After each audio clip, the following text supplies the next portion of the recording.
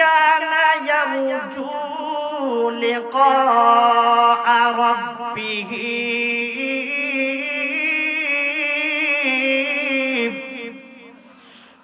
فليعمل عملا صالحا ولا يشرك بعبادة ربه أحدا আল্লাহ পাক বলেন যারা আমি আল্লাহকে দেখতে চাই, আমি আল্লাহকে যারা জান্নাতের মধ্যে দেখতে চাইবে, ওরে বান্দা জান্নাতের মধ্যে যারা আমি আল্লাহকে চাইবে, আমি আল্লাহ বান্দার সাথে দেখা দিব। দুনিয়াতে ওই বান্দা বান্দি দুইটা আমল করতে হবে।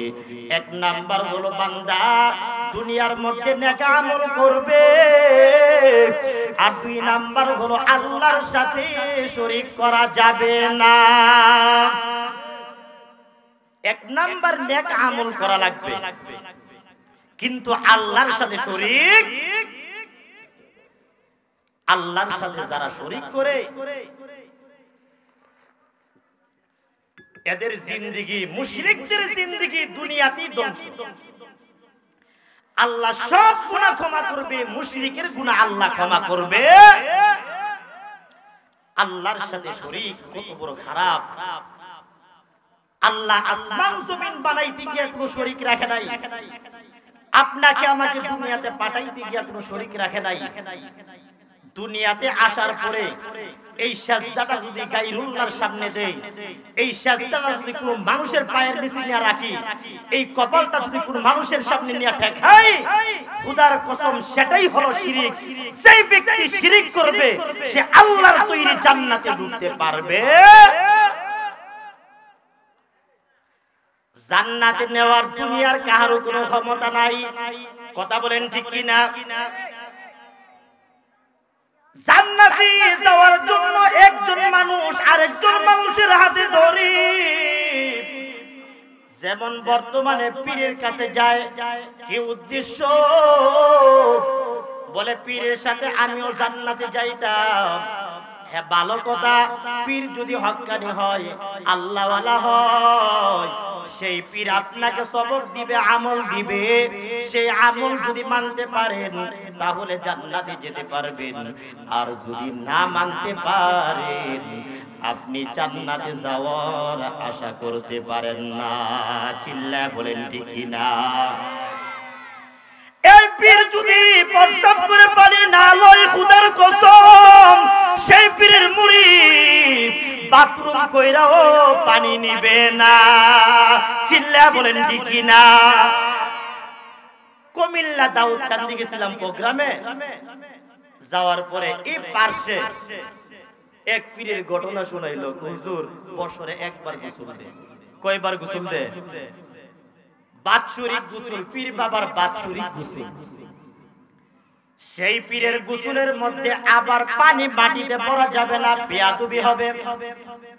পীরের নিচে সারে কাগজ বিছাইয়া এরপর পীর বাবারে গোসল দেওয়াইয়া ওই ল্যাংটা বাবার ওই যে পানি 1 বছর ভালো করে প্রস্রাব করেও পানি নেই নাই, পায়খানা করেও পানি নেই নাই, সারাটা বছর পানি না নেওয়ার কারণে আপনি তো 3 দিন গোসল না দিলে শরীর ফ্যাকাশ হয়ে যায়। ওই ব্যক্তিটা বছরের পর বছর গোসল দিতে চায় না, বাৎসরিক গোসল দেয়। তারপরেও ভক্ত মুনিদের সেই ব্যক্তিটার ওই যে পানিটা জমিনে পড়তে দেয় না, ওই পানিটা ভক্তরা বোতলজাত করে পরে পরে বাড়িতে নিয়ে যায়। নিয়ত করে করে পীর বাবার নাপাক পানি তারা পান করে। জোরে কর নাউজুবিল্লাহ। আউলিয়ারা কার উকবা ইখতিয়ার, জাহেলারা কারে দুনিয়া ইখতিয়ার। মোমেরুবা রায়ে দুনিয়া দুজখ, কাফেরুবা রায়ে দুনিয়া জান্নাতাস। এর যুবক, দুনিয়ার মধ্যে আপনার আমার তাকে হবে না। দুনিয়ার মধ্যে একদল হবে জান্নাতি দল, আর একদল হবে জাহান্নামীর দল। যারা জান্নাতে যেতে পারবে কুল্লু নাফিসিন দাইকাতুল মাউত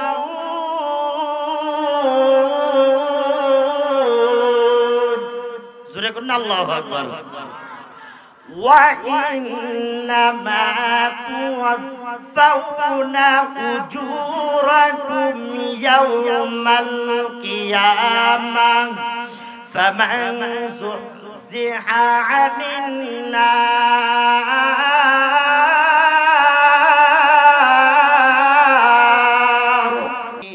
يهوديا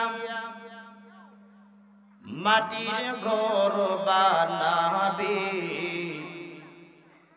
থাকিবে সেটাই জনম ভরে সঙ্গে নাহি কেউ রবে ছেলে মেয়ে পাশে বসে কান্দিবে পাগল বেশে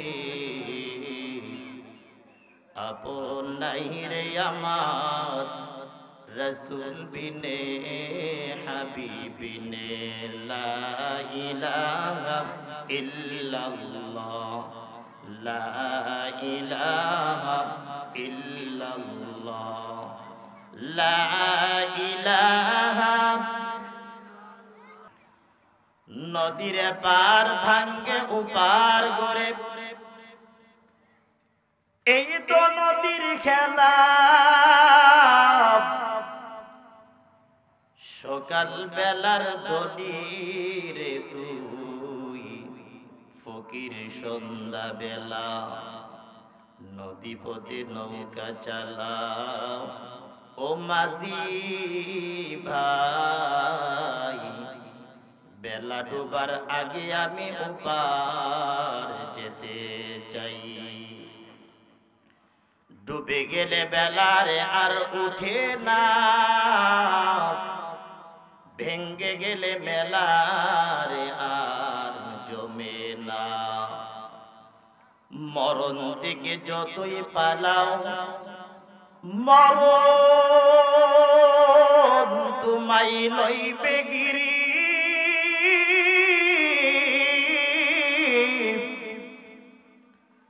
যদিও সুদূর আকাশ পানে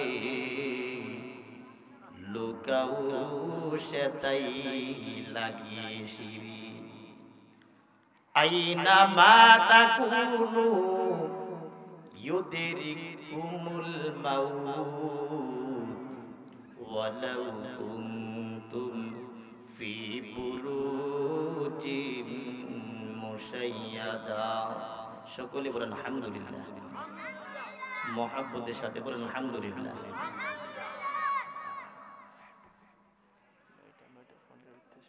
চম্পকনগর সোনাপুর শিপাড়া নুরানিয়া মাদ্রাসা উদ্যোগে ওয়াজ ও দোয়ার মাহফিল 15তম বার্ষিক ওয়াজ ও দোয়ার মাহফিল আজকের মাহফিলে শ্রদ্ধেয়ভাজন সম্মানিত সভাপতি প্রধান অতিথি বিশেষ অতিথি হযরত উলামায়ে কেরাম মুরব্বিয়ানে আযম কলিজার টুকরা আমার যুবক বন্ধুগণ স্নেহের ছোট ভাই পর্দার আড়ালে অবস্থানরত শ্রদ্ধেয় সম্মানিতা মা ও বোনেরা সৃষ্টির মহান স্রষ্টা দয়াময় আল্লাহ রাব্বুল আলামিনের দরবারে লাখ কোটি শুকর ও সুজুদ যে আল্লাহ পাক অত্যন্ত দয়া ও মায়া করে দুনিয়াতে আমাদেরকে মুসলমানের করে জন্ম দিয়া দুনিয়ার সমস্ত ঝামেলা থেকে হেফাজত করে মুক্ত করে জান্নাতের এই পরিবেশে এই স্লোগানটা আসলে একটা আতঙ্কিত একটা স্লোগান চিন্তা করছেন মানে আওয়াজটা শুনলেই ভিতরটা কেঁপে ওঠে এর মানে দুনিয়াতে সবচেয়ে বড় মুসিবত হলো একজন মানুষ আপনার আমার দিকে চলে গেল তাকে আমরা আর জীবনেও খুঁজে পাবো এই জন্য আজকে নিয়ত করেছি মনটাকে একটু নরম করে বসে মনটাকে একটু নরম করে বসে একদিন এই দুনিয়াতে আমরা কেউ ছিলাম না আপনার আমার বয়স যতটুকু চিন্তা করেন এই দুনিয়াতে আমার আপনার কোনো অস্তিত্ব ছিল না। কথা বলেন ঠিক কিনা? আমার বয়স বর্তমানে যদি হয় 29, আজ থেকে 31 বছর আগে আমি কোথায় ছিলাম কেউ বলতে পারেন? আপনার বয়স যদি হয় 60, 62 বছর আগে কোথায় ছিলেন? এই হিসাবটা দুনিয়ার কেউ করতে চায় না যে আমি কোথায় ছিলাম, কোথায় এসেছি, আবার কোথায় রওনা। কথা বলেন ঠিক কিনা? এই তিনটা কথা যে শিখতে পারে, কোথায় ছিলাম জানি না, কোথায় আসছি দুনিয়ায়, কোথায় রওনা জানি না, এখন আসি তা জানি, কোথায় যাচ্ছি তা জানি।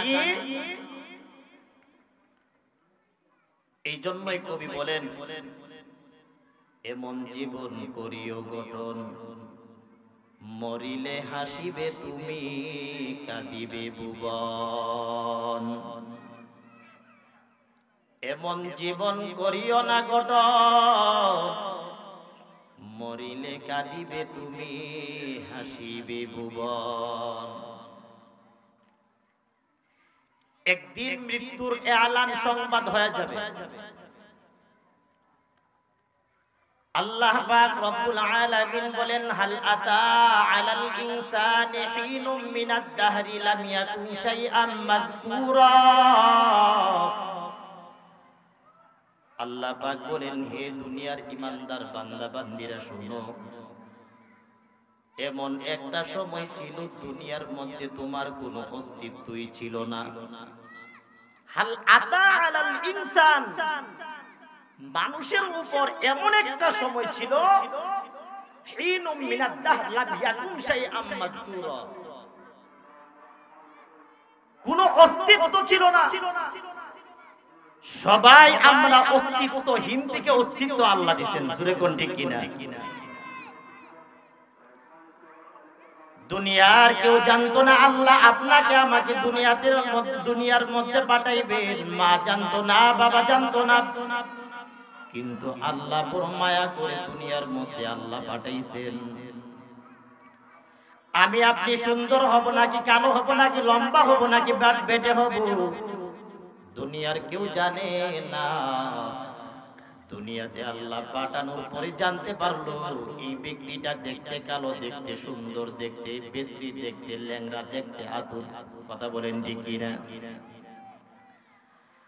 আল্লাহ পাক রব্বুল আলামিন বলেন, ইন্না খালাকনাল ইনসানা মিন নুতফাতিন আমশাজিন নাবতালিহি ফাজআলনাহু সামিআন বাসীরা। আল্লাহ কো বান্দা, তোমার অস্তিত্বের শুরুটা ছিল একটা নাপাক পানি। ওই নাপাক পানিটা আল্লাহ বাবার সুলবে থেকে আল্লাহ বের করে নিলেন, মায়ের দুরাব থেকে আল্লাহ বের করে নিলেন। ইয়াখরুজু মিন বাইনিস সুলবি ওয়াত তারাইব।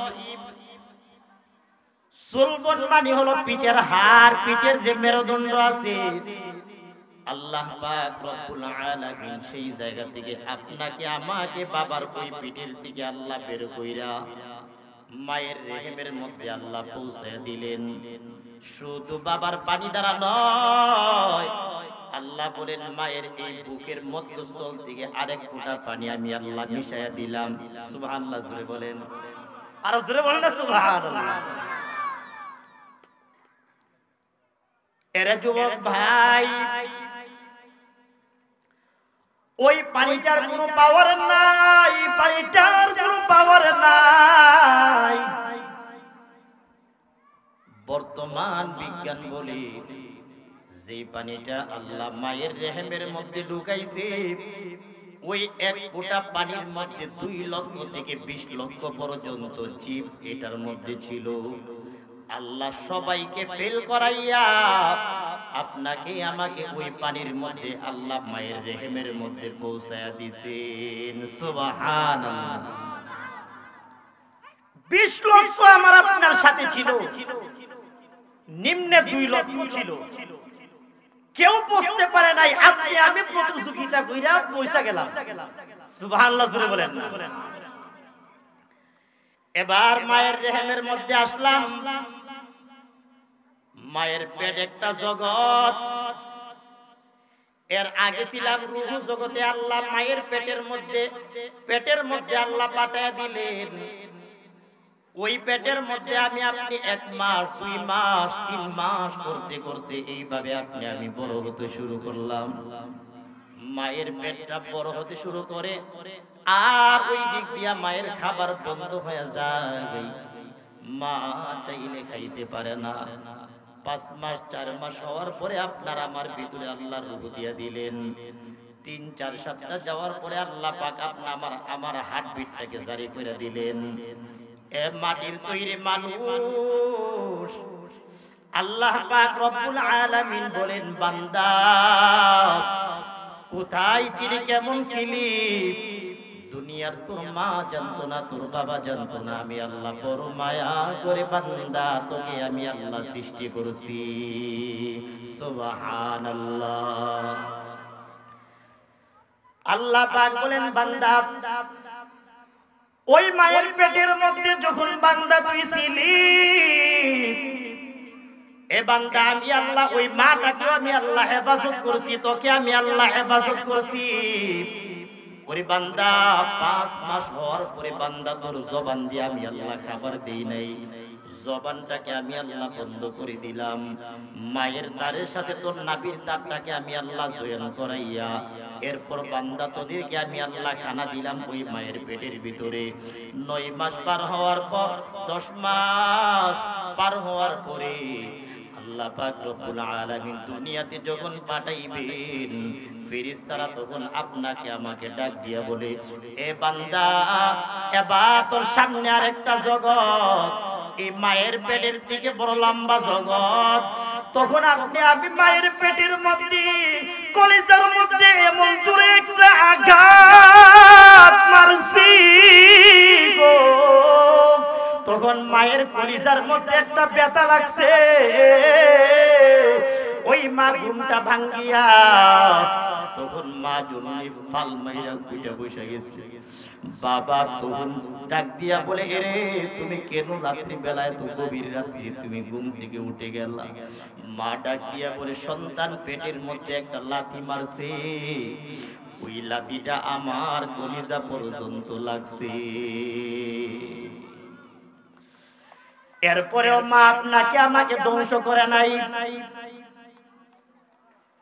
আল্লাহ পাকের চূড়ান্ত সিদ্ধান্ত,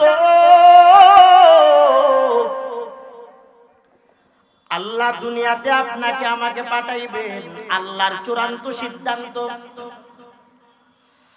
মা এরপর যখন আপনাকে আমাকে প্রসব বেদনা উঠে গেল, মায়ের বেতার যন্ত্রণা বেড়ে গেল, বর্তমান আধুনিক জমানায় দৌড়ায় গিয়া ডাক্তারের কাছে ডাইরেক্ট সিজার করে বের করে নিয়ে আসে। সহ্য করতে পারবে না, স্বামী বিদেশ থেকে টাকা পাঠায়া দেয়, বউ এত কষ্ট সহ্য করতে পারবে না, বিবির সুখের জন্য স্বামী টাকা পাঠাইছে, সিজার করে সন্তান নিয়ে আসছে। এরপর আবার মা শরীর নষ্ট হবে, বুকের দুধটা খাওয়াতে চায় না। ওই জায়গাতে যেই মা নিজের বুকের দুধ সন্তানকে খাওয়াতে চায় না, খোদার কসম ওই সন্তান মায়েকে খাবার দিতে চাইবে না। কথা বলেন ঠিক কিনা? এরপর মা বাবা আপনাকে আমাকে দুনিয়াতে আসার জন্য সহজ করলেন।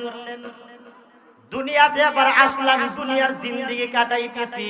এবার দুনিয়াতে আসার পর শুনতে পাইলাম আবার এই দুনিয়া ত্যাগ করতে হবে। ডানে বামে আপনার আমার সামনে কত মরণের সিগন্যাল শোনা যায়, কত মানুষ মরে গেল। এখানে এমন কেউ নাই যার আপনজন আজকে দুনিয়া থেকে বিদায় নিয়ে যায় নাই, এমন কেউ নাই। আল্লাহ পাক রব্বুল আলামিন ডাক দিয়া বলেন, বান্দা মিনহা খালাকনাকুম ওয়া ফিহা নুঈদুকুম ওয়া মিনহা নুখরিজুকুম তারাতান উখরা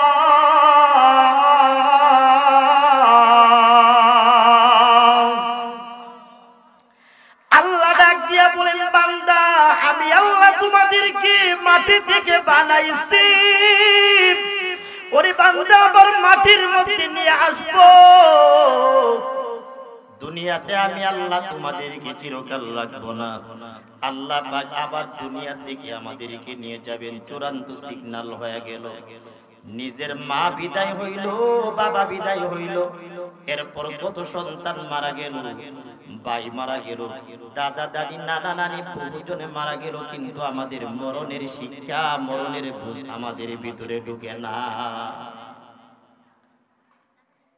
একই দিন এই দামি শরীর থাকবে না রে হায় মাটির শরীর মাটির সাথে মিশবে যে ধুলাই কিসের বাড়ি কিসের ঘর কিসের জমিদারি একই দিন মোদের চাইতে হবে কবরের বাড়ি কবরেতে সওয়াল করবেন দুজন ফেরেশতা জবাব দিলে কবর হবে শ্রেষ্ঠ বাগিচা জবাব দিলে কবর হবে শ্রেষ্ঠ বাগিচা وَأُدْخِلَ الْجَنَّةَ فَقَدْ فَازَ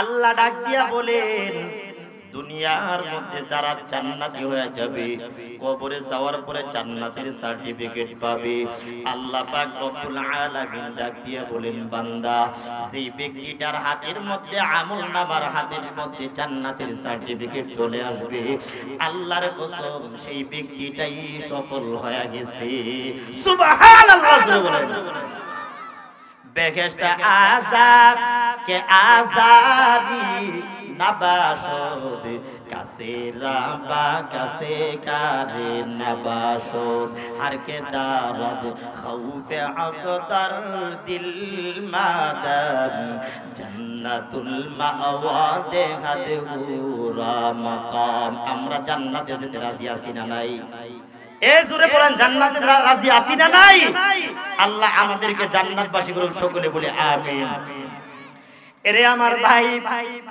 এই দুনিয়ার জিন্দেগি থেকে কেউ তো টাইমের আগে মরেও না আবার টাইমের পরেও যায় না কিন্তু মরণের হাত থেকে কেউ বাঁচতে পারে না যাদের কপাল ভালো ওই সমস্ত ব্যক্তিরা জান্নাতীদের প্যান্ডেলে চলে আসবে তারপর জান্নাতে হয়ে দুনিয়া থেকে বিদায় নিয়ে যাবে আল্লাহ পাক রব্বুল আলামিন বলেন ওরে বান্দা দুনিয়াতে আমি আল্লাহ পাঠাইছি জাহান্নামে দেওয়ার জন্য না যে সমস্ত মানুষগুলি জাহান্নামে যাবে এদের আমল খারাপের কারণে জাহান্নামে যাবে আর যারা জান্নাতে যাবে ওই মানুষগুলি দুনিয়াতে ভালো মানুষ হইয়া জান্নাতি লেবাস পরিয়া জান্নাতে যাবে চিল্লায় বলেন ঠিক কিনা এরে যুবক ভাই আল্লাহ পাক ডাক দিয়ে বলেন আইনামা তাকুনু ইউদরিকুমুল মাউত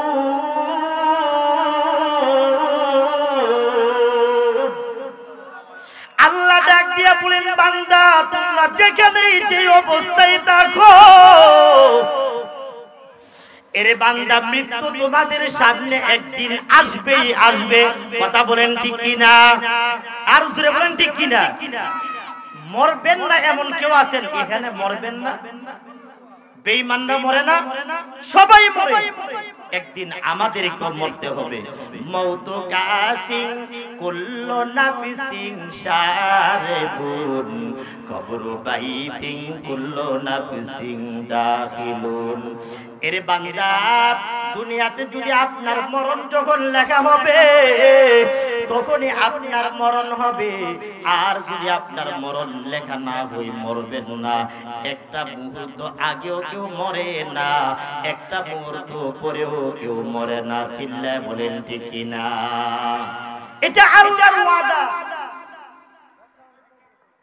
এই আয়াতের ব্যাখ্যায় তাফসীরে ইবনে কাসিরের মধ্যে একটা ঘটনা আছে। আল্লাহ পাকের একজন বান্দী গর্ভধারিণী মা রাত্রি বেলা প্রসব বেদনা উঠে গেছে। আল্লাহর বান্দী তার একজন গোলাম ছিল, গোলাম একজন চাকর ছিল। আল্লাহর বান্দীটা তখন ওই চাকরটাকে ডাক দিয়া বলে, রে এ চাকর, এখন আমার প্রসব বেদনা উঠে গেছে। চাকরকে বলতে বলতে আল্লাহর বান্দীটা একটা সন্তান জন্ম দিল, কন্যা সন্তান, একটা মেয়ে সন্তান জন্ম দিছে। তাফসীরে ইবনে কাসিরের মধ্যে এই ঘটনাটা না হয়। আল্লাহর বান্দীটা একটা কন্যা সন্তান জন্ম দিছে। এই কন্যা সন্তানটা জন্ম দেওয়ার পরে তখন আল্লাহর বান্দীটা গোলামটাকে ডাক দিয়া বলে, রে গোলাম, ফা আমারাত আজিরাহা আইয়াতিয়াহা বিনার, এরে বান্দা, ও আমার চাকর আমার জন্য আগুন নিয়ে আসে। রাত্রি বেলা আল্লাহর বান্দী সন্তান জন্ম দিয়েছে, তার জন্য আগুন নিয়ে আসার জন্য বলে গোলাম তার মুনিবের জন্য আগুন আনার জন্য ঘর থেকে বের হবে। দরজার কাছে যাওয়া মাত্রই শুনতে পাই, গোলাম দেখতে পাই দরজার সামনে একজন সাদা তবতবে পোশাক পরিহিত একজন ব্যক্তি দাঁড়ানো। হঠাৎ গোলামটা তাকায়া দেখে, ফাইদা হুয়া বিরাজুলিন ওয়াকিফিন আলাল বাব, একজন ব্যক্তি দরজার সামনে দাঁড়ানো। ওই ব্যক্তিটা ডাক দিয়া বলে, এরে আল্লাহর বান্দা, তুমি কোথায় যাও? বলে, আমার মুনিব সন্তান জন্ম দিয়েছে, এই জন্য আমার মুনিবের জন্য আগুন নিয়ে আসতে যাই। ওই ব্যক্তি ডাক দিয়া বলে, এরে যুবক, কি সন্তান জন্ম দিছে? মা ওয়ালাদাতিল মারআ, মহিলা কি সন্তান জন্ম দিছে? এবার গোলাম ডাক দিয়া বলে, ফাকালা জারিয়াতান, একটা কন্যা সন্তান জন্ম দিয়েছি। এবার ওই আল্লাহর বান্দা ডাক দিয়া বলে, রে যুবক, আমা ইন্নাহা সাতাজনি বিমিআতি রাজুলিন, যুবক, তুমি যে মেয়েটার জন্য আগুন আনতে যাও, ওই কন্যা সন্তানটা একদিন বড় হবে, সুন্দরী হবে, 100 পুরুষের সাথে জিনা করবে। সূরা কন্যা, আউযুবিল্লাহ, 100 পুরুষের সাথে জিনা করবে। এর মানে সে ব্যভিচার হবে, জিনাকারী হবে, পাপিষ্ঠ হবে। এই মেয়েটা সবচেয়ে সুন্দর হওয়ার পরে এরপরে এই মেয়েটা সাতাজনি ফি মিআতি রাজুলিন সুম্মা ইয়াতাযাওয়াজুহা আজিরুহা, এরপরে এই মেয়েটাকে বিয়ে করবে একটা চাকর, চাকর বিয়ে করবে। যুবকটা তো কহা আগুন আনতে যামু, এটা কি আবার বেশ্যা নারীর লাগি? এই মেয়েটা বেশ্যা হবে, বহু যুবকের চরিত্র হরণ করবে। না না, এটা দেওয়া যাবে না। যুবকটার সাথে সাথে ঘরের মধ্যে ঢুকছে একটা ছড়ি নিয়া ঘরের মধ্যে ঢোকার পরে এরপর ফাবাজাল জারিয়াতা বিসিকিনিন ফি বাতনিহা, এই যুবক এই ছড়িটা দিয়া এই নবজাতক শিশু মেয়েটার পেটের মধ্যে একটা আঘাত করলো, খোঁচা মারলো, পেটটাকে দ্বিখণ্ডিত করে ফেলছে। দ্বিখণ্ডিত করার পরে এবার যুবকটা এখান থেকে বেগে গেল। ফাখরাজা হারিবা, যুবকটা যখন ফাশাক্কাহু তুম্মা যাহাবা হারিবা, এরপর যখন দেখলো পেটটা বেড়ে গেছে, এবার যুবকটা এই জায়গা থেকে ভাগিয়া দূরে চলে যায়। যুবকটা এখান থেকে ভাগতে শুরু করলো। এবার যুবকটা ভাগার পর ওয়াযান্না আন্নাহা ক্বাদ মাতাত, মনে হয় এই মেয়েটা মারা গেছে। আর কোন যুবককে এরকম বেশ্যাগিরি করতে পারবে না, কোন যুবকের সাথে অবৈধ সম্পর্ক করতে পারবে না। যুবক খুশি হইয়া এখান থেকে বেগে যায়, কিন্তু মা জননী সে তো জানে না তার সন্তানটাকে কেন মারা হয়েছে, কেন মারা হয়েছে। কিন্তু ওই মা সে তো পেটের মধ্যে নিছে, মা সন্তানটাকে ফালাইতে পারে নাই। সাথে সাথে মা উঠে বসিয়া এই সন্তানের পেটটাকে সেলাই করে দিছে। মেয়েটাও আর মরে নাই, আল্লাহ বাঁচায় দিছে। জোরে জোরে বলেন আল্লাহু আকবার। এবার এই মেয়েটার পেট পারার পরেও কিন্তু মেয়েটা মরে না। যুবক ওই দিক দিয়া দ্বীপের মধ্যে চলিয়া যায়। দ্বীপের মধ্যে গিয়া দীর্ঘকাল পর্যন্ত ওই যুবক ওই যে দ্বীপের মধ্যে গিয়া বিশাল সম্পত্তির মালিক হয়। আর এই দিক দিয়া মেয়েটা একদিন বড় হয়। এই মেয়েটা টকবকে যুবতী, সুন্দরী যুবতী হয়ে গেল। সুন্দরী যুবতী হওয়ার কারণে এ যুবক বলো, এই এলাকার মধ্যে যদি একটা মেয়ে যদি সুন্দরী হয়, ওই মেয়েটার পিছনে বহু যুবক সিরিয়ালে সিরিয়ালে জ্বালা যন্ত্রণা করে কি করে না? অবশ্যই করে। কারণ দুনিয়াটা সৌন্দর্যের পিছনে ঘুরে। যে মেয়েটা যত সুন্দর, এই মেয়েটার পিছনে পিছনে জ্বালা যন্ত্রণাকারী যুবকের সংখ্যাও বেড়ে যায়। এবার ওই দিক দিয়া মেয়েটা এ যুবক যখন বেগে গেল, মেয়েটা এই দিক দিয়া বহু পুরুষের সাথে জিনা করলো। জিনা করার পর এবার দীর্ঘ 25 বছর পর ওই যুবক আবার এই শহরের মধ্যে ফিরে আসে। ফিরে আসার পরে ফাকাল আলী আজুজিন, একটা বৃদ্ধাকে ডাক দিয়া বলল, ইন্নী উরিদু আন আতাজাওয়াজা, আমি তো এই শহরের সবচেয়ে সুন্দরী নারীকে বিয়ে করতে চাই। কারণ আমার টাকার অভাব নাই, পয়সার অভাব নাই, আমার এত সম্পদ, এত বিশাল সম্পদ, টাকার প্রয়োজন টাকা দিব, লক্ষ টাকার দরকার লক্ষ টাকা দিব, কিন্তু আমি সবচেয়ে সুন্দর একটা নারী বিয়ে করতে চাই। ওই দিক দিয়া ওই মহিলাটা ডাক দিয়া বলে, যুবক, এই শহরের মধ্যে সবচেয়ে একটা সুন্দরী রমণী আছে, তার মতো সুন্দরী আর কেউ নাই। এবার যুবকটা বলে, ওই মেয়েটার সাথে আমাকে বিবাহ করাইয়া দাও। এবার ওই মেয়েটার সাথে যুবক যখন বিবাহের প্রস্তাবের জন্য বলল, মহিলাটাকে বলল, উখতুবিহা আলাইয়া, যাও গিয়ে বলো যে তোমাকে বিবাহ করার জন্য একজন বড় সবল, সুস্থ সবল, বড় টাকাওয়ালা আছে, আমার কাছে কিসে বিয়ে বসবে কিনা। মেয়েও বড় খুশি। এতদিন বিভিন্ন পুরুষের সাথে শুইয়া ঘুমাইয়া টাকা কামাইতাম, বেশ্যা ছিলাম, এখন যদি একটা স্বামী পাই টাকাওয়ালা, আর কিছুই লাগে। কিন্তু বর্তমানে আফসোস হলো, বর্তমান সমাজেও হাইরে কত মহিলা নিজের ইজ্জত চরিত্র, স্বামী ওই দিক দিয়া বিদেশ, স্বামীর বিদেশি টাকা পাইয়া মহিলা ব্যালেন্স হারাইয়া, নিয়ন্ত্রণ হারাইয়া, নিজের চরিত্রটাকে ধ্বংস করিয়া জাহান্নামের প্রতীক হয়ে ঘুরতেছে। চিল্লায় বলেন ঠিক কিনা? আরো জোরে বলেন ঠিক কিনা? আজকে মা পরকীয়ার সাথে জড়িত হওয়ার কারণে বহু নিজের আপন কলিজার সন্তানকে হত্যা করে, নিজের সন্তানকে মা গলা টিপে হত্যা করে। এই সমাজে আজকে এত নোংরা হয়ে গেছে। আজকের সমাজে গত বছরও এক মাহফিলে বলেছিলাম, তখন গত বছর ওই ঘটনাটা গত বছরের আগের বছর ঘটেছিল কিশোরগঞ্জে।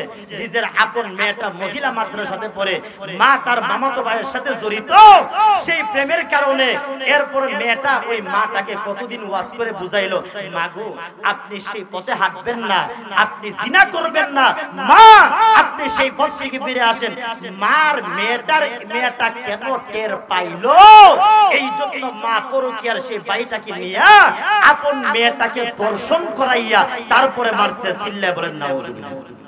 আরো জোরে বলেন নাউজুবিল্লাহ। বর্তমানে সেই দর্শনের সংখ্যা কম না বেশি? এমনি আর জোরে কোন কম না বেশি? দর্শকের সংখ্যা কম না বেশি? কি বলবো, বড় আফসোস। বর্তমানে 6 বছরের শিশুটা পর্যন্ত নিরাপদ না, 7 বছরের শিশুটাকেও দর্শন করে মারে। এ যুবক বর্তমানে বৃদ্ধা মা, সেই মায়ের চরিত্রটাও নিরাপদ না, সেই মাটাকেও দর্শন কইরা শেষ কইরা দেয়। চিল্লায় বলেন ঠিক কিনা? এগুলা হলো কিয়ামতের আলামত। রাসূল বলেন কিয়ামত যত ঘনিয়ে আসবে জিনার সংখ্যা তত বেড়ে যাবে, কিয়ামত যত ঘনিয়ে আসবে নারীদের সংখ্যা বেড়ে যাবে। বর্তমান সারা দুনিয়া ঘুরে বর্তমানে একজন পুরুষের পিছনে 17 জন করে মহিলা পড়ে। মিয়া বিয়া করেন কয়টা? কয়টা বিয়া করতে পারেন? একটা পুরুষের পিছনে 17টা করে নারী। বর্তমানে বাংলাদেশে একজন পুরুষের পিছনে 5 জনের উপর নারী। বিয়া করবেন একটা, বাকি 4টা যাবে কই? বাকি 4টা কোথায় যাবে? এই জন্য দুনিয়া ইজ্জত লয়া চলতে হবে। ওই মেয়েটাও বড় সুন্দরী হয়ে গেছে, যুবকের প্রস্তাবে রাজি হয়ে গেছে। ওই মেয়েটাকে যখন বিবাহ করে ফেললো, যুবক বিবাহ করার পরে এবার বাসর ঘরে গেছে। বাসর ঘরে এই যুবকটা ঢোকার পরে মেয়েটা ডাক দিয়া বলে, আপনি কিভাবে এত স্বাবলম্বী হইলেন, এত বড় লোক হইলেন? এবার যুবক তার বৃত্তান্ত শুনাইলো। আমি আমার একজন মহিলার চাকর ছিলাম। ওই আমার চাকর, আমার মহিলাটা যখন একটা মেয়ে সন্তান জন্ম দিছে, সেই মেয়ে সন্তানটাকে আমি হত্যা করে ফেলছিলাম, তারপর পেকে গেলাম। বাগার পরে 25 বছর পর আসলাম। মেয়েটা এবার বুঝে ফেলছে এই যুবকটাই সেই যুবক, সেই যুবক আমাকে হত্যা করেছে। কথা বলেন ঠিক কিনা? আর জোরে বলেন ঠিক কিনা? এবার মহিলা মেয়েটা ডাক দিয়ে বলে, এরে স্বামী, বলো আপনি যে এই পর্যন্ত বেগে গেলেন, আমি তো সেই মেয়ে, যেই মেয়েকে আপনি হত্যা করে ফেলছেন। স্বামী আমার, আপনি যদি বিশ্বাস না হয় আমার পেটটা আমি খুলে দেখায় দিই। আপনি আমার এই জায়গার মধ্যে ছুরি মারছেন, এই ছুরি মারার কারণে আমার পেটটা এরকম দ্বিখণ্ডিত হয়ে গেছে। আমার মা আমার পেটটাকে সেলাই করার পর এরপরে আল্লাহ আমাকে সুস্থ করেছে। এবার স্বামীটা ডাক দিয়া বলে, আপনি যদি সেই মেয়েটা হন, আপনার ব্যাপারে 2টা আমি সংবাদ পেয়েছিলাম। আমার স্ত্রী বলো, ওই লোকটা বলেছিল আপনার 1 নাম্বার হবে আপনি 100 পুরুষের সাথে জিনা করবেন। আপনি কি আসলে জিনাকারী? এবার মেয়েটা ডাক দিয়া বলে, হ্যাঁ, তবে সংখ্যা কত হবে জানা নাই। লা আদরি মা আদাদুহুম, সংখ্যা কত হবে জানি না, তবে আমি জিনা করেছি বহু পুরুষের সাথে। এবার এরপরে স্বামী ডাক দিয়া বলে, বিবি 2 নাম্বার হলো আপনার মরণ হবে, একটা মাকড়সার মাধ্যমে আপনার মরণ হবে। কারণ ওই যে দরবেশ বলেছে, হয়তো আল্লাহর কোন ফেরেশতা বলেছে। এবার যুবক ডাক দিয়া বলে, এরে আমার স্ত্রী, আপনার জন্য আমি সুন্দর একটা দুর্গ বানায়া নেই। একটা সুরক্ষিত একটা দুর্গ বানাইছে। বানানোর পরে আবার মেয়েটাকে নিয়ে ওই দুর্গের ভিতরে রাখছে। রাখার পরে এবার ডাক দিয়া বলে, সাবধান, এই ঘরের মধ্যে যেন কোনো মাকড়সা না ঢুকতে পারে, ঢুকলেই মরণ। কথা বলেন ঠিক কিনা? এ যুবক, তোমার মরণ কোন জায়গায় হবে বৃদ্ধ বাবাজি আপনি জানেন না, আমিও জানি না। আমার মরণ রাস্তায় হবে নাকি আমার মরণটা ঘরে হবে? আপনার মরণ রাস্তায় হবে নাকি ঘরে হবে আপনার জানা নাই, কিন্তু আমার আল্লাহ সেই মরণটাও লেখা রাখছে। কথা বলেন ঠিক কিনা? মাকড়সা যেন না ঢুকতে পারে, এই জন্য বড় একটা দুর্গ বানাইয়া এরপরে যখন এই মেয়েটাকে রাখছে, হঠাৎ একদিন তাকায়া দেখে উপরের দিক দিয়ে এক মাকড়সা বাসা বাঁধছে। সুবহানাল্লাহ জোরে বলেন না। আল্লাহর সাথে কৌশলগিরি চলে।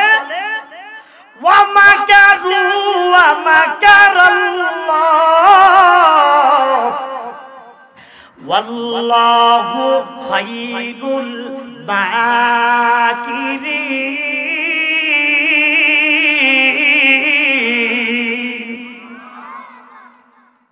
তোমরা যদি যেই কৌশল করে বাঁচতে চাও, খোদার কসম বাঁচার কোনো সুযোগ নাই। যেইভাবে মরণ হওয়ার সেইভাবে হবেই হবে। কথা বলেন ঠিক কিনা? এবার মেয়েটা খুব রাগ হয়ে গেছে, স্বামীও রাগ হয়ে গেছে, মেয়েটাও রাগ। হ্যাঁ, এই মাকুরসা দিয়া নাকি মরণ হবে, দেখবো কেমনে মরি। এবার মেয়েটা ডাক দিয়া বলে ওয়াল্লাহি লা ইন কুনতি ইয়াহা। এবার যুবকটা ডাক দিয়া বলে বিবি রে, এই যে মাকুরসা দেখা যায়, সাবধান, এটার থেকে বাঁচতে হবে। এবার ডাক দিয়া বল ওয়াল্লাহি লা ইয়াকুহা ইল্লা আনা। আল্লাহর কসম আমি এটাকে মাইরা দেখায়া দেব না, আমি এইভাবে মরতে পারি। এইভাবে মরতে চায় না। এবার দেখা যায় ফাআনজালুহা মিনাস সাকফি, মাকড়সাটাকে উপরের দিকে নিচের দিকে নিয়ে আসছে, নামায় নিয়ে আসছে। ফাআমিদাত ইলাইহা ফাওয়াতাআতা, এরপর মাকড়সাটাকে নামাইয়া জিদ্দে, এরপরে মাকড়সাটার পাও দিয়া ডইলা মারছে। পাও দিয়া ডলে মারার পরে এরপর বিইবহা মিরজিলিহা ফাকাতালাতহা ফাতারা মিন সুমিহা শাইউন ফাওয়াকা বাইনা যুবরিহা ওয়া লাহমিহা। যখন দেখা যায় মাকড়সাটাকে নামানোর পরে মারার পরে এরপর একটা সিটকি ফিলকি দিয়া উঠে যায় মাকড়সার একটু মাত্র সামান্য একটু জিনিস এইতে উড়াইয়া উঠে তার এই আঙ্গুলের নখ আর গোস্তের মধ্যে লেগে গেল। লাগার পর ওই মাকড়সার থেকে একটা বিষ তার এই আঙ্গুলের মধ্যে ঢুকে গেল। ঢোকার পরে এবার তার পাটা যখন কালো হতে শুরু করে ফাসওয়াদাতির জুরহা ওয়া কানা মিন যালিকা আজলুহা আজরিহা। এরপর দেখা যায় এই মাকড়সার বিষের কারণে এই যুবতীটা ছটফট করতে করতে মারা যায়। সুরে সুরে বলেন আল্লাহু আকবার। এই মিয়া মরণ দেওয়ার মালিক কে? আরো সুরে আওয়াজ কেমন? বিদ্যুৎ দেওয়ার মালিক কে? এই মরণের হাত থেকে কেউ বাঁচতে পারছে? কেউ বাঁচতে পারছে? কোন নবী রাসূল দুনিয়াতে থাকে নাই।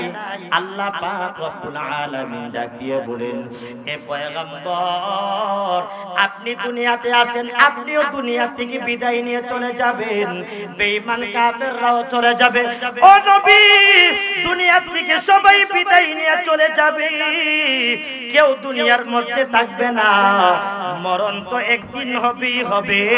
দুনিয়াতে কেউ সুন্দর বাড়ি বানাইলো, ঘরে ঢুকতে পারে নাই।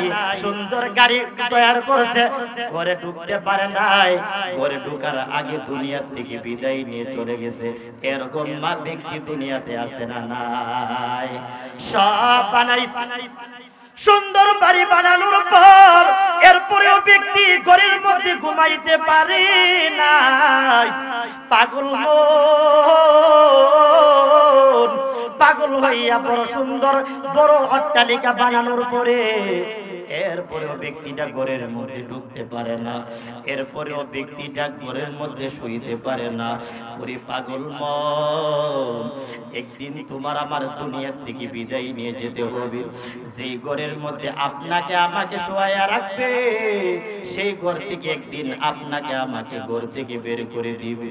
এই আব্বা জানেরা, ও আম্মা জানেরা, এই দুনিয়া থেকে যেই দিন বিদায় নিয়ে যেতে হবে, ওই দিন আপনার আমার নাম মসজিদের মাইকে ইন্না লিল্লাহর আওয়াজ দিয়া শুরু হয়ে যাবে।